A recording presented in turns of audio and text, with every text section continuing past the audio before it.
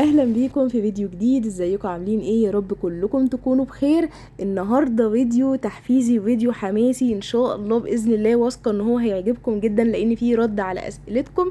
والنهارده هكلمكم عن غلطه لو عملتيها اضمني ان ولادك هيطلعوا مهملين جدا، مش منظمين، فوضويين، هيرفضوا ان هم يساعدوكي في تنظيف البيت، بالعكس هيساعدوكي جدا ان بيتك يفضل فوضى 24 ساعه. اول حاجه هنبدا بيها يومنا طبعا، او نبدا يوم التنظيف، ان احنا نملى كده البانيو زي طبعا ما قلت لكم قبل كده. نملى البانيو في الاول علشان لو حصل مثلا الميه قطعت يبقى عندك البانيو مليان، وتبداي ان انت يعني ما تتعطليش عن تنظيف البيت. حاجه تانية كمان، ان انت لو بتمسحي مثلا تاخدي من البانيو على طول بدل ما تفضلي واقفه مستنيه كل شويه الجردل اللي بيتملي. هنا بقى حطيت ملح ليمون وكربونات وصابون مواعين علشان اغسل الغساله. حلوه اغسل الغساله دي، بس عايزه اقول لكم ان انا كل مره، أنا طبعا كنت قايله لكم ان انا عايزه طريقه كده ان انا اغسلها ارجعها جديده، زي ما انتم طبعا عارفين وقلت لكم قبل كده ان الغساله دي كانت مركونه عندي بقالها فتره طويله جدا. يعني هي اصلا من جهازي من جوازي وانا ما كنتش بغسل عليها خالص، وكانت مركونه. يعني غسلت عليها كده اول سنه جواز وبعد كده اتركنت وما عملتش بيها اي حاجه. فجبتها بقى كده، قلت ايه، انا عندي مشكله في الغساله الاوتوماتيك، يعني باجي اغسل عليها بس يعني بتتعبني شويه. فقلت ايه، عمال ما اصلح الاوتوماتيك هبدا ان انا اجرب دي. وطبعا صورت معاكم قبل كده الغسيل فيها بقى، وطبعا كلكم عارفينها يعني. بس قلت ايه، هغسلها. قلت بقى ايه، اغسلها ليه الاول قبل الغسيل؟ علشان كل مرة يا جماعة ببقى مقررة ان انا اغسلها، وبعد ما اخلص الغسيل اكسل عنها بصراحة واتلهي في حاجات تانية، فاقول خلاص بكرة بعد ومش عارفة ايه. بس بقى عايزة اقول لكم ان ملح الليمون والكربونات ودول بجد انا كل ما اجربهم في اي حاجة بجد بنبهر بيهم. طبعا انا يعني هم مش جداد، يعني كلكم عارفينهم، وانا مجرباهم من زمان جدا، من زمن الزمن يعني، وانا بنضف بيهم كل حاجة تقريبا. بس طبعا مش كل حاجة كل حاجة، يعني في حاجات ممكن يبوظوها، بس هم بجد امنين جدا. ورجعوا لي الغسالة كأنها جديدة. انا طبعا نظفت الغسالة من جوه بس، والزراير حتى ما نظفتهاش في الاول. بعد ما خلصت غسيل خالص مسحتها بفوطة كده. انا خفت بصراحة ايه يعني اتكهرب منها. فهنا بقى خدت الفلتر كمان، ده اهم جزء في الغسالة كله اللي هو لازم يتغسل، لان ده طبعا ايه لو ما نضفتيهوش باستمرار واول باول هيخلي لك الغسيل ريحته مش حلوة. ومهما بقى حطيتي بقى معطرات غسلتي بايه، الغسيل مش هيبقى بتاعك نظيف للدرجة يعني، وريحته كمان مش هتبقى حلوة. هنا بقى بدأت احط المسحوق، وكمان هبشر صابون بلدي. وانا يعني بحب قوي ان انا في الغسالة دي بالذات احط كده صابونة بلدي، مش بحطها كلها. يعني انا المرة دي حطيت مثلا تقريبا ربعها، بتفرق جدا في نظافة الغسيل. تمام. وحطيت كمان، وطبعا حطيت المسحوق. في بقى حاجة مهمة هنا، ان انتي تشغلي الغسالة مع المسحوق الاول ومع الصابون كده، خليهم ياخدوا لفة كده مع بعض، لفتين تلاتة علشان خاطر، بس يعني دقيقة كده سيبيهم، بحيث ان انتي لما تحطي الغسيل يتغسل يكون المسحوق خلاص داب كده في المية، فتلاقي نتيجة كويسة، مفيش حاجة تغير معاكي او الكلام ده. بدأت بقى اقلب الغسيل، وتعالوا بقى نبدأ في الموضوع بتاعنا. التجربة اللي انا هحكيها لكم دي من تجربتي الشخصية، وحصلت معايا في كذا مرة يعني في حياتي، مش مرة واحدة، لا ده كذا مرة يحصل معايا الكلام ده. تعرفي ان انتي ممكن من كتر حبك لتنظيف البيت وترتيب البيت، تعرفي ان انتي ممكن يجيلك وقت يحصل فيه العكس تماما وتبقي مهملة جدا. وده حصل معايا كذا مرة بصراحة. بصوا، كنت بحب تنظيف البيت جدا وما زلت يعني، وانا بحب جدا الترتيب والحاجات دي. حتى يمكن بدخل عند اي حد مثلا من قرايبي او كده افضل ارتب كده في المطبخ، احط حاجات يعني يعني حاجة مش في مكانها احطها في مكانها. افضل بقى اقول لها لا انتي الحاجات دي على الرخامة، تعالي نشوف لها مكان، ما بحبش حاجات على الرخامة كتير، مش عارفة ايه. فهم عارفين كلهم عني كده يعني. فجيت بقى كده في مرحلة من حياتي يعني كنت مضغوطة فيها شوية. انا يعني بكلمكم الكلام ده وانا عارفة ان كتير منكم اكيد هيكون مر بحاجة زي كده، اللي هو عارفة لما تضغطي قوي فتقرري ان انتي مش هتعملي اي حاجة. لا هوقف بقى اللي انا بعمله ده. انا ازاي كده؟ انا لازم ان انا اقف بقى واقفة كده شوية مع نفسي، لازم يبقى عندي يعني مبالاة شوية، لازم اهتم بقى بصحتي شوية، لازم اكبر دماغي شوية علشان ان انا اقدر اواصل. فبيحصل ايه؟ بيحصل ان انا ببدأ بقى البيت ممكن اسيبه بقى يحصل فيه فوضى، اهمل شوية الكلام ده، اللي هو حصل معايا نتيجة عكسية. انت عارفة انت من كتر ما انت بتحبي البيت ولقيتي نفسك بقى بتتعبي او كده، فخلاص سبتي كل حاجة كده. فحصل معايا الكلام ده في مرة، كان ظهري وجعني، بيحصل كتير بعد ولادة كل حد من ولادي. يعني بعد الولادة بفترة كده، انتوا عارفين مع شيل البيبي والكلام ده تلاقي الظهر بقى بدأ يوجعني او كده. فكان ظهري وجعني في الفترة دي. المهم حصل بقى عندي شوية لا مبالاة كده تقريبا، ما تعرفوش بقى يعني. هو كان متعمد بالنسبة لي، يعني اللي هو لا انا هريح نفسي، لا خلاص. فحصل ان انا بقى في فوضى. الفوضى دي بعد شوية بدأت ان انا اعتاد عليها. فلقيت بقى في مشكلة، لا ايه ده؟ دخلت في مشكلة اكبر من اللي انا كنت فيها. انتوا عارفين اعتياد الفوضى ده بقى مشكلة كبيرة جدا، اللي هو انت بقى تبقى قاعده كده والبيت فوضى، وانتي خلاص انتي مالكيش نفس برضو تعملي اي حاجه على غير عادتك، اللي هو انتي ما بتطقيش مثلا تشوفي اطباق في الحوض، ما بتطقيش مثلا يكون وراكي حاجه. فدي لقيت نفسي داخله على مشكله اكبر. المشكله الاكبر من كده بقى اللي حصلت مع ولادي. هحكي لكم ايه اللي حصل.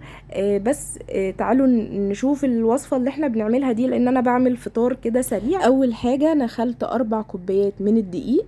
الوصفه دي تنفع لحلو وحادق، وتنفع كمان لغدا او فطار، فهي عجينه سهله وسريعه ومسروقه من نادية السيد، يعني مش هتلاقوا وصفه احلى من كده. المهم 4 كوبايات دقيق، عليهم نص معلقه صغيره من الملح، معلقه كبيره من السكر، ومعلقه كبيره من الخميره. تمام كده سهله اهو. هنحط عليهم بقى معلقه صغيره من البيكنج باودر. دي كده كل المكونات الجافه. نقلبهم كلهم مع بعض، وبعد كده نحط عليهم بقى هننزل عليهم بتلت كوبايه من الزيت، وكوبايه الصغننه اللي هي بتاعت الزبادي دي. قلبهم كلهم كده على بعض، ونبدأ ان احنا نفركهم شوية بايدينا. وبعد كده هننزل عليهم بكوباية مية دافية. اقول لكم المكونات تاني. حطينا 4 كوبايات من الدقيق، عليهم نص معلقة صغيرة من الملح، عليهم معلقة كبيرة من السكر، ومعلقة كبيرة من الخميرة. تمام كده. ونحط كمان عليهم معلقة صغيرة من البيكنج باودر. كده كل المكونات الجافة قلبناها على بعض. حاطين عليهم بقى تلت كوباية من الزيت، وكوباية صغننة كده اللي هي بتاعت الزبادي دي، وبدأنا فركناهم بايدينا. وبعد كده نزلنا عليهم بكوباية مية دافية. طبعا مش بتحطي الكوبايه كلها علشان تشوفي هتاخد معاكي، لان طبعا نوع الدقيق بيختلف، ما تحطيش الكوبايه كلها في الاول. طبعا انا حطيت في الاول كوبايه الا شويه، لان الكوبايه ما كانتش كامله على اخرها. فجيت بعد كده احتجت بقيه الكوبايه، فهي خدت مني كوبايه ميه دافيه. لما كنت بسمع ناديه وهي بتعملها، كانت خدت منها كوبايه ميه دافيه الا معلقه، فهي كانت دقيقه قوي يعني. فهنا خلاص خلصت العجينه اهي، وهسيبها ترتاح تخمر. على فكره الوصفه دي مش لازم تخمريها قوي، يعني انت ممكن تسيبيها 10 دقايق بس، 5 دقايق، وبعد كده تفرديها. فانا قلت عندي شويه حاجات بعملها وبغسل ومش عارف فسبتها نص ساعه. هنا بقى بدات ان انا احط الحاجات دي، هسيبها تشمس. وطبعا نفضتهم لان كان فيهم تراب، لان المشايات اللي انا شلتها دي يعني في مدخل الشقه، يعني في واحده في مدخل الشقه كده، والواحده اللي بعدها اللي هي قدام الحمام هي بعدها على طول. فطبعا بيبقى فيهم تراب اكتر من اي حاجه تانية، فمش بكتفي بالمكنسه الكهرباء الصراحه. اي مشايات عندي صغيره لازم ان انا انفضهم كده. واحنا علشان كنا بدري ما كانش في حد في الشارع، وانا دايما يعني ببص تحتي لو في مثلا حد في الشارع او كده مش بنفض طبعا عليه، او محل فاتح مثلا من المحلات اللي تحت وانا اول بلكونه يا جماعه، علشان بس إيه لو حد تحتي، لو في بلكونه تحتي انا عمري ما هعمل الحركه دي او انفض كده في البلكونه، يعني هعمل حركه تانية، هعمل بقى بطريقه تانية يعني، لكن مش هنفض كده في البلكونه او الشارع. فانا حاسه ان الشارع بتاعي او البلكونه دي بصراحه هي بتبقى مريحه في كده. فمفيش حد في الشارع، مفيش محل فاتح تحتي، مفيش شقه تحتي مثلا اللي هو البلكونه. طبعا لو في بلكونه تحتك فطبعا انت كده هتعفري على الناس وهتنفضي على الناس، في حاجه مش لطيفه يعني. هنا بقى جبت السجاده دي. طبعا انا ما ببطلش غسيل سجاد، بس هو انا على فكره انا تحتي على طول في مغسله، يعني تحت البيت على طول في مغسله في نفس البيت. بس دول مش محتاجين يعني مغسله قوي، حتى انتوا هتشوفوا الميه اللي نازله من السجاده مش اللي هي مش نظيفه قوي، لا. بس مثلا الولاد كانوا واكلين بيض ووقعوا عليها، صفار البيض فرق كده في السجاده وما شفتوش، فجيت لقيته لزق او كده، فقلت ايه اخدها والله اغسلها بالمره. هم بيقعدوا بقى يلعبوا عليها ومش عارف ايه، فهي اكتر حاجه عندي بتتغسل.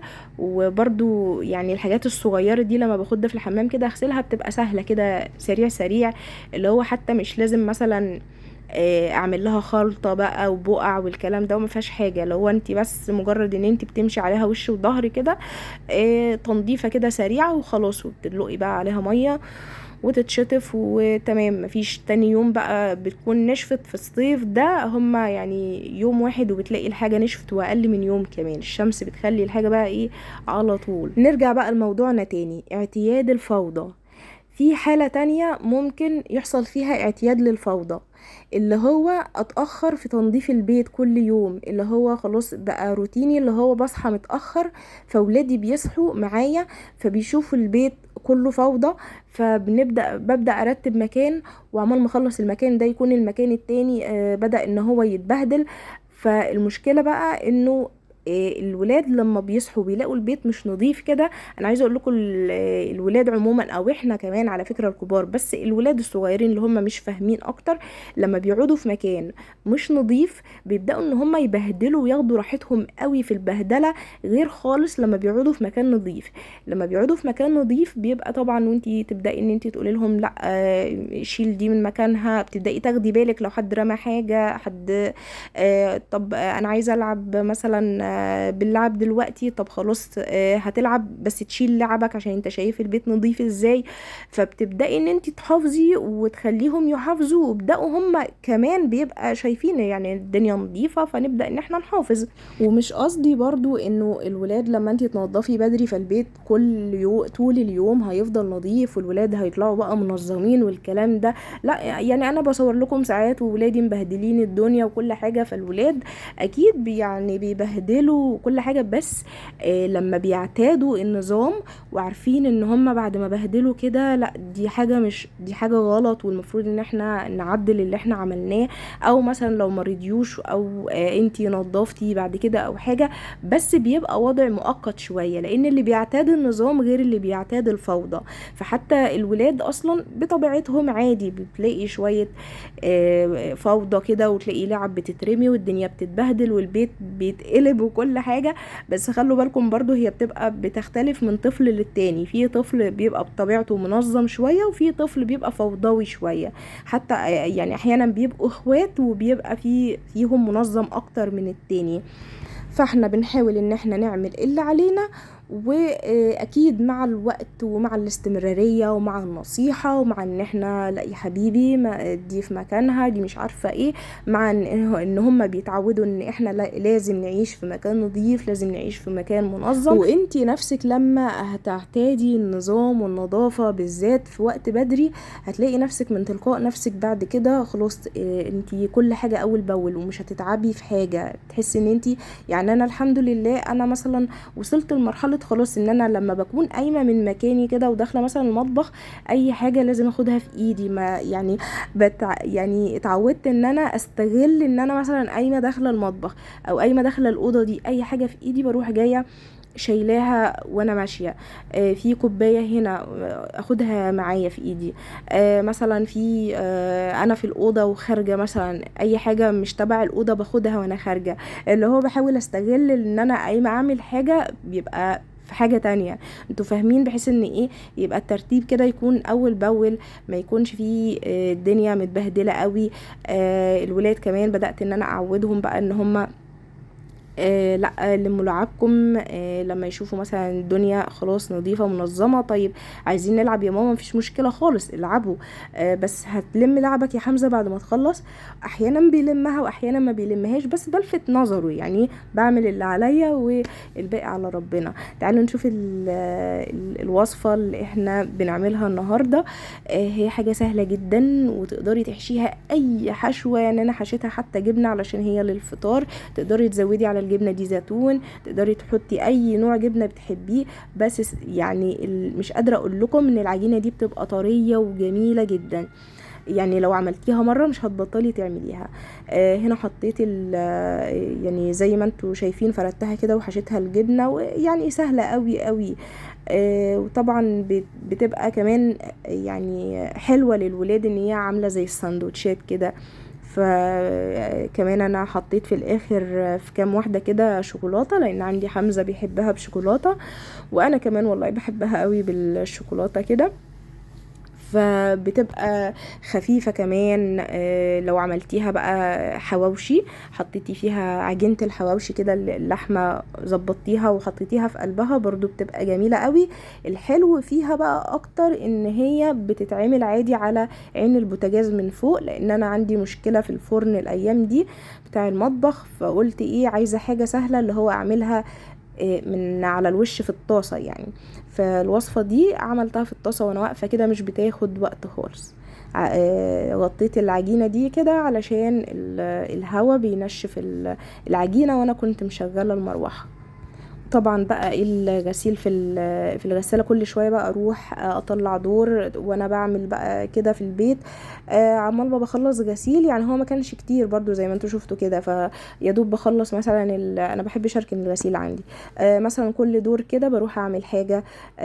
طبعا زي ما انتوا شفتوا قطفت الملوخية كده جهزتها للغدا. يعني كل شوية بعمل حاجة كده لحد ما الدور ده يخلص، مش عارف ايه. شايفين التسوية بقى بتاعتها؟ عايزة اقول لكم انتوا بتهدوا عليها النار. في الاول كنت معليه شويه، استوت كويس، بس لما بتهدوا النار بتبدا ان هي تحمر، بتبقى افضل يعني. طبعا عمال ما بتخلصي الغسيل بتكوني خلصتي اصلا كل اللي وراكي بفطارك. ممكن كمان تخلصي الغدا وانتي بتغسلي، وتلاقي الدنيا مثلا على الساعة 1 الظهر كده، تلاقي نفسك خلصتي كل حاجة. تبدأي بقى تدخلي تاخدي الشاور المظبوط بتاعك، تصلي، تعملي لك الفنجان القهوة، هتدخلي تنامي شوية، وبعدين تبقي تشربي قهوة لما تقومي. فالدنيا بتبقى لذيذة قوي لما اليوم بيبتدي بدري. ودايما كده بقى تستعيني بالله، مش بشطارتك انتي خالص ان انتي شاطره او ان انتي تقدري تعملي حاجه. كل ما تحسي ان انتي شاطره يعني وهتقدري ان انتي بشطارتك تعملي كذا وتعملي كذا، تقولي لا حول ولا قوه الا بالله العلي العظيم. اعرفي ان انتي مش هتقدري تعملي اي حاجه في حياتك غير بتوفيق ربنا، ومش تقدري تنجحي في اي حاجه في حياتك غير بتوفيق ربنا. واعرفي ان نجاحك في حياتك بيبتدي من نجاحك في بيتك. لو قدرتي ان انت تنجحي في بيتك وتنجحي في تربية اولادك، هتقدري تنجحي في اي حاجة انت عايزاها. ودي الفطاير بقى اللي انا حشيتها شوكولاتة. لو كنتوا وصلتوا لحد هنا قولولي رأيكم في الفيديو، وما تنسونيش في اللايك. شكرا ليكم جدا، بحبكم جدا جدا جدا، وشكرا لدعمكم، وشكرا لكل كلمة حلوة انتوا بتكتبوها لي. واشوفكم في فيديو جديد، ومع السلامة.